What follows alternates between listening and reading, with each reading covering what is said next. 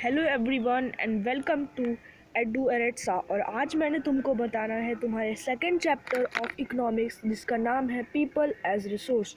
तो पीपल एक रिसोर्स कैसे बन गए, उनकी ऐसी क्या आवश्यकता पड़ गई और महत्वता और ज़रूरत पड़ गई कि वो एक रिसोर्स बन गए, और अगर वो रिसोर्स बने तो उनका डिफरेंट टाइप के एक्टिविटीज़ क्या हैं। और ये बहुत इंटरेस्टिंग चैप्टर होने वाला है। इसके बेसिकली मैं 3 एपिसोड्स बनाऊंगा और वो तीनों के तीनों एपिसोड्स में मैं आशा करता हूँ कि तुमको अच्छे से समझ आएगा। तो let's start the learning journey. तो अभी जैसे हमने पढ़ा ह्यूमन रिसोर्सेज के बारे में, पिछली क्लासेस में हमने बहुत क्लासेस में पढ़ा है। और ह्यूमन रिसोर्स जैसा कि पीपल एज अ रिसोर्स वाले चैप्टर में या फिर रिसोर्सेज के चैप्टर में बहुत ही ज़्यादा क्वेश्चनिंग में आया है, और ये आएगा भी हर क्लास में अगर ये जब तक ये रहेगा। और तुमको ये याद ज़रूर कर लेना चाहिए इस डेफिनीशन को, क्योंकि ये 3-4 मार्क्स के क्वेश्चंस में आती ही आती है। तो ह्यूमन रिसोर्स होता क्या है? Human resources is the set of the people who make up the workforce of an organisation, business sector, industry और इकोनॉमी।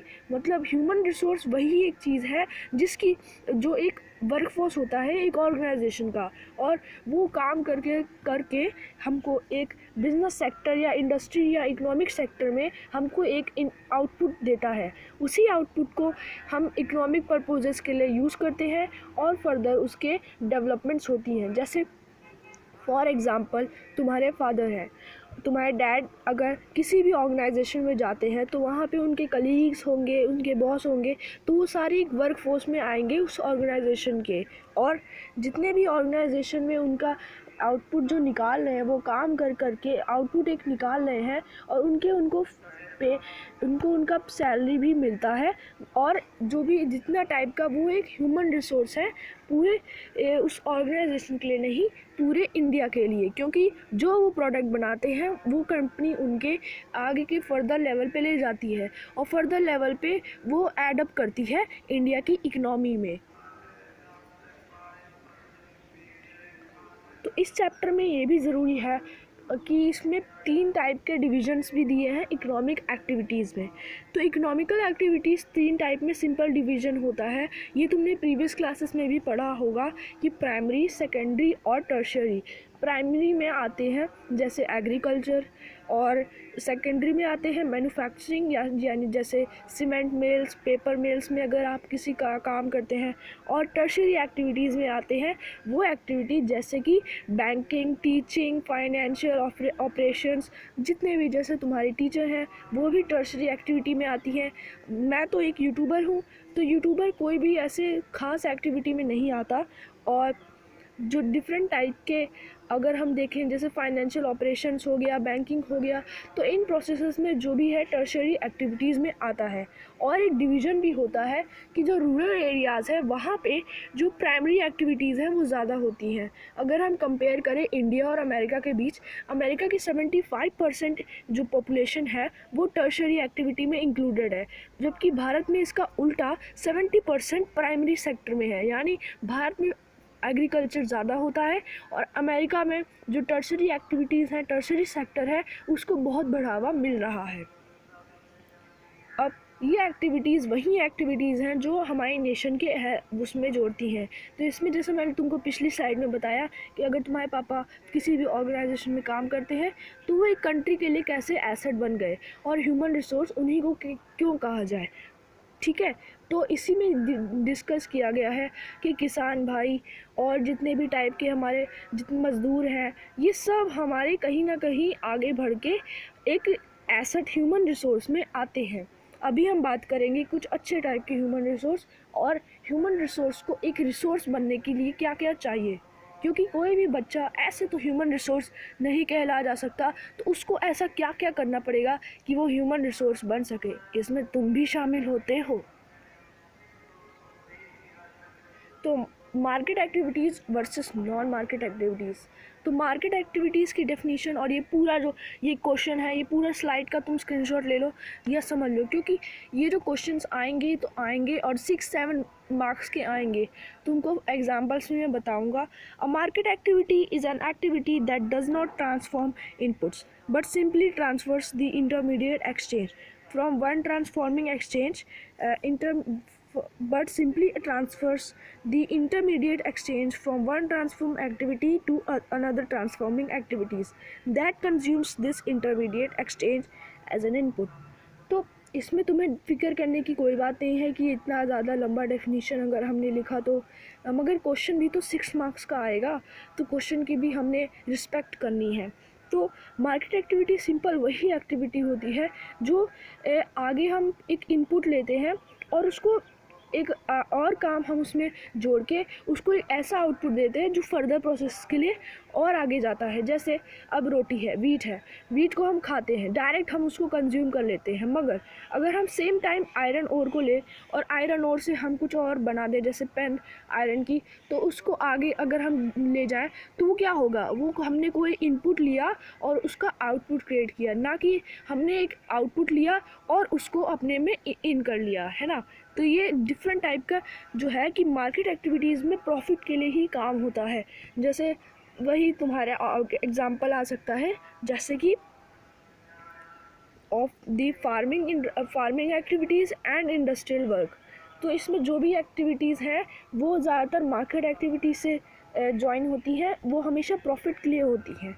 अब नॉन मार्केट एक्टिविटी पे भी हमको जाना चाहिए। तो non market activities are those activities that have no financial transactions. It includes production for self consumption and hence there is no profit associated with these activities. तो इसमें तुम्हारा सिंपल एग्जांपल आ सकता है तुम्हारी मॉम एक नॉन मार्केट एक्टिविटी के example में आती है।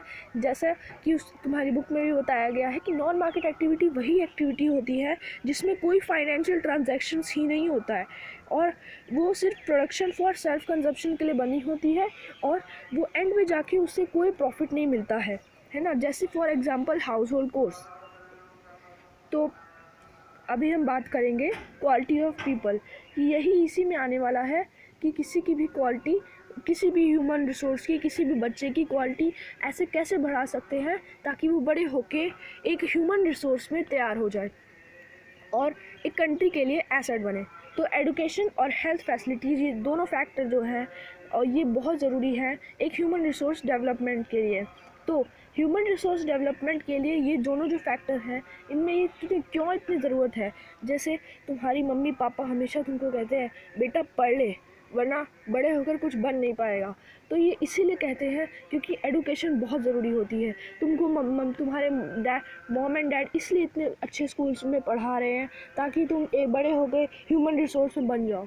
अब उनको पता लग चुका है कि एजुकेशन और हेल्थ फैसिलिटीज़ की इतनी ज़्यादा ज़रूरत क्यों होती है हमारे रियल लाइफ में ह्यूमन रिसोर्स बनने के लिए, ताकि तुम लोग एक आगे अच्छी ज़िंदगी जी पाओ। तो पढ़ना भी बहुत ज़रूरी है, उसके साथ हेल्थ भी होना बहुत ज़रूरी है, तभी जान है तो जहान है ना, ये बनाया गया है। तो हेल्थ फैसिलिटीज़ इसीलिए ज़रूरी है क्योंकि हेल्थ अगर नहीं होगी अच्छी तो आदमी चाहे कुछ भी कर ले, चाहे तो भी उसका कहीं ना कहीं थोड़ा सा डिस्टर्बेंस होता है। अब जैसे मान लो तुम्हारी, मैं आगे डिस्कशन भी करूँगा इस बात पे कि effects done by government to improve this. Education facilities को इम्प्रूव करने के लिए जैसे हर माँ बाप के पास इतना ज़्यादा मनी नहीं होता है कि वो किसी को भी एक प्राइवेट और कॉन्वेंट स्कूल में डाल के इतना ज़्यादा पैसा खर्च करें, मगर तो गवर्नमेंट ने भी इसमें कुछ अपना हाथ बढ़ाया है। जैसे कि गवर्नमेंट में डिफरेंट टाइप के सर्व शिक्षा अभियान के तहत जो 6 to 14 यानी 8th क्लास तक जो बेसिक एजुकेशन है उसको प्रोवाइड करने का एक स्कीम बनाया है। और 11th प्लान ने उसने बहुत सारे इन्वेस्टमेंट किया है एजुकेशन बिल्डिंग्स पे और एजुकेशनल इंफ्रास्ट्रक्चर में, और बहुत ज़्यादा मिड डे मील प्रोग्राम को भी हाई एंड इनिशिएटिव पे लिया गया है ताकि जो भी बच्चे आ रहे हैं, कुछ माँ बाप जो बच्चों को 2 टाइम का खाना भी ना दे सकते हैं, वो बच्चे भी इसमें आके अपना खाना भी खाएं और अपनी पढ़ाई भी अच्छे से कर लें। और दूसरे भी हमने वो देखे हैं कि नवोदय विद्यालय भी बहुत सारे स्कूल में खुले डिस्ट्रिक्ट्स में हैं, और स्कॉलरशिप स्कीम्स फॉर गर्ल्स में भी खुले हैं, जिसमें गर्ल्स को जैसे पहले बहुत डिस्क्रिमिनेशन हुआ करता था, तो इसके लिए गवर्नमेंट ने स्कॉलरशिप स्कीम्स भी तैयार की हैं ताकि कोई भी गर्ल चाइल्ड को बिना एडुकेशन के ना रखा जाए, क्योंकि गर्ल को भी ऐसा रखा जाता है कि पुअर फैमिलीज़ या डिस्क्रिमिनेट किया जाता है कि उनको एडुकेशन ना मिल सके, मगर ये बहुत गलत है और इसके लिए ये क्राइम है और इसके लिए भी लॉज बनाए गए हैं। अभी हम बात करेंगे लिटरेसी कंडीशंस के बारे में। लिटरेसी कंडीशंस हमने इसमें डिस्कस करना है कि भारत की कितनी जनता ह्यूमन रिसोर्स के काबिल है, वो कितनी ज़्यादा पढ़ी लिखी है। तो 1951 में जब देश को आज़ाद हुए बहुत कम थी, बहुत ज़्यादा मतलब 4 साल ही हुए थे, तब हमारी लिटरेसी रेट थी 18%, और 2011 के सेंसस के तहत अभी है 74%। तो 74% और 18% में बहुत गैप है, मगर टाइम का भी अपना एक गैप होता है। और अगर हम बात करें कुछ स्टेट लेवल पे, यानी अगर हमने अब नेशनल लेवल पे बात कर ली, अब हम स्टेट लेवल पे बात करते हैं कि केरला 94% का अच्छा मार्क्स लेके बैठे है इस फील्ड में, और बिहार जैसा स्टेट अभी तक ही 64% तक है, क्योंकि यहाँ पे भी डिफरेंट टाइप के एजुकेशनल जो प्लान्स हैं वो चलाए गए हैं, वो ऑल ओवर नेशन में चलाए गए हैं, मगर कहीं ना कहीं हर जगह तो गलती रह जाती है, हर जगह कमियाँ तो रह जाती हैं, तभी इतना ज़्यादा जो इन दोनों स्टेट में है बहुत डिफरेंस है। तो हेल्थ एंड न्यूट्रिशन अब क्यों ज़रूरी होता है? मान लो मैंने जैसे अभी डिस्कस करने वाला था कि हेल्थ एंड न्यूट्रिशन क्यों इतना ज़रूरी होता है। एक आदमी को ह्यूमन रिसोर्स बनने के लिए जान है तो जहान है। तो अभी इसमें अगर मान लो गोगी है और रमेश है, तो गोगी हमेशा उसकी हेल्थ बढ़िया रहती है, उसको कोई डिजीज़ नहीं है, और वो इसके लिए वो रोज़ स्कूल आता है, उसकी अच्छी अटेंडेंस होती है, उसकी कॉपी भी कंप्लीट होती है और वो टॉप करता है। मगर दूसरी तरफ जो रमेश है हमारा, रमेश की हेल्थ थोड़ी ख़राब रहती है, तो रमेश स्कूल बहुत कम आता है और उसकी अटेंडेंस भी बहुत कम लगती है, जिसके जिसके उसके चलते उसके कॉपियाँ भी कंप्लीट नहीं होती हैं और एंड में जाके उसको पासिंग मार्क्स भी नहीं मिल पाते हैं। तो तुम देख सकते हो कि अगर है एडुकेशन भी वो स्कूल में जाता था, मगर उसकी हेल्थ इतनी अच्छी नहीं थी कि वो ढंग से पढ़ सके, एक रेगुलरली एक अच्छे शेड्यूल के साथ पढ़ सके। तो हेल्थ देख लो कितनी ज़रूरी होती है, तो इसको भी बढ़ावा देने के लिए कि ताकि हेल्थ फैसिलिटीज़ सबको अफोर्डेबल हो, हर पुअर और हर रिच को, इसलिए गवर्नमेंट ने बनाए हैं more hospitals and clinics as much as possible. मतलब और रूरल एरियाज़ में भी जो डिफरेंट टाइप के जो अभी तक नहीं डेवलप हो चुके हैं एरियाज़, वहाँ पे भी गवर्नमेंट की कोशिश है कि वहाँ पे अच्छे से एक हॉस्पिटल्स और डिफरेंट टाइप के मेडिकल फैसिलिटीज़ का इंफ्रास्ट्रक्चर अच्छे से बने। और free health checkups and campaigns, मतलब जितने भी चेकअप्स हैं एंड कैंपेन्स हैं वो फ्री हेल्थ के लिए इसलिए हो ताकि ऐसे डिफरेंट टाइप के कैंपेन्स चलते रहे ताकि उसमें सारे लोग आए।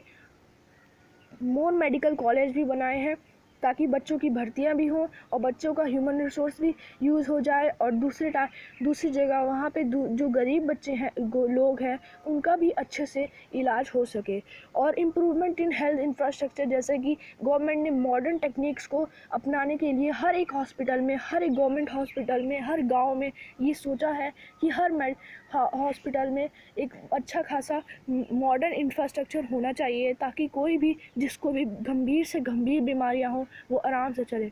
तो गाइस, आज के लिए बस इतना ही मैंने समझाया है। अभी मेरी फ़ोन की बैटरी लो होने वाली है। अगले एपिसोड में मैं बात करूँगा तुमसे आगे की जो हमारी स्टोरी है, जिसका हम आगे डिस्कशन करेंगे, और वो स्टोरी में होगा तुम्हारे डिफरेंट टाइप के, हम बात करेंगे विलास एंड सकल के बारे में, और ऐसे बात करेंगे जैसे कि इतना ज़्यादा लिटरेसी रेट का डिफरेंस कैसे आया, और बहुत फ़नी और अच्छी बातें होंगी, और डिस्कशन के साथ जो तुम्हारा चैप्टर है वो भी तुमको अंडरस्टैंड होगा। तो अगले वीडियो तक बने रहना, और तब तक के लिए बाय। 1 मिनट, हाँ, अगर चैनल पे नए हो तो चैनल को कर दो सब्सक्राइब, वीडियो को कर दो लाइक। अब तब तक के लिए मैं होता हूँ बाय बाय।